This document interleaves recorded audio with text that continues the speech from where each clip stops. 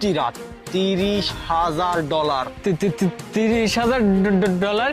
আরে কি বলতেছিস তুই? এই শোন, তুই যে আমাকে $30,000 দিবি, এটার কি প্রমাণ আছে? আর কিভাবে দিবি তুই? কিভাবে দিব? আচ্ছা দাঁড়া, এই দেখ, এখানে পুরো $1,00,000 আছে। এই টাকাটা তুই রাখ, বুঝতে পারছিস?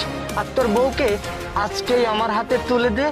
কালকে তোকে আমি একটা ঠিকানা দিব, সেইখানে এসে বাদ বাকি টাকা নিয়ে যাবি, আর তোর বউকেও নিয়ে যাবি। কিন্তু তোর বউকে আমার হাতে আজকেই তুলে দিতে হবে। ছি ছি ছি আমিনুর, তুমি আমার হবু হাজবেন্ড, আর তুমি কি করতেছো?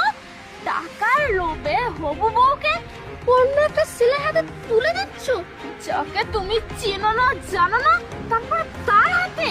আমি তো তোমার কাছ থেকে এটা আশা করিনি। আর টাকার কাছে সব ছাড় মেনে গেছে। ছি, আমার ভক্ত লজ্জা হচ্ছে। তুমি আমার হবু হাজবেন্ড। এই চুপ কর, জীবনে টাকা পয়সাই দরকার, বুঝতে পারছিস? টাকা হলে আজকাল সব কিছু সম্ভব। এরকম তোর মতন মেয়ে 2-4টা এমনিতেই ঘুরবে পিছ পিছ, বুঝতে পারছিস? আর এতগুলো টাকার অফার আমার জীবনেও আমি কামাই করতে পারবো না। আর যদি পাই না, তাহলে তো একবারে বাম্পার, বুঝতে পারছিস? তোর মতন মেয়ে দরকার নাই ভাই, আমি রাজি। ও, তাহলে তুই রাজি না? আচ্ছা ঠিক আছে, চল তাহলে। আরে না করতেছিস কেন? যেতে হবে, তোকে আমি টাকা দিয়ে কিনে নিয়েছি। চল। না, আমি যাবো না। চল বলছি। এই জানোয়ার, তুই কে রে? হ্যাঁ, কেন আমার সাথে এমনটা করতেছিস?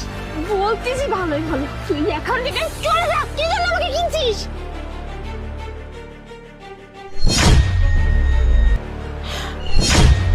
নয়ন, তুমি? কি আমাকে দেখে অবাক হচ্ছ? এটাই ভাবতেছো যে এক সময়ের গরিব ছেলেটা আজকে এত টাকার মালিক কি করে হলো, যে তোমার মতন মেয়েকে কিনে রাখার সামর্থ্য আমার হয়েছে? মনে আছে আমি এক সময় গরিব ছিলাম বলে তুমি আমাকে ছেড়ে চলে আসছো? কার সাথে চলে আসছো?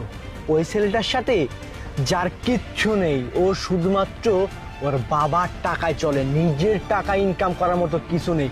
সামান্য কয়েকটা টাকার লোভে তোমাকেও ছেড়ে দিয়েছে। আমি শুধুমাত্র এই দিনটার জন্য এত দিন যাবৎ অপেক্ষা করতেছিলাম যে আমি এই দিনের অপেক্ষায় কবে আসব।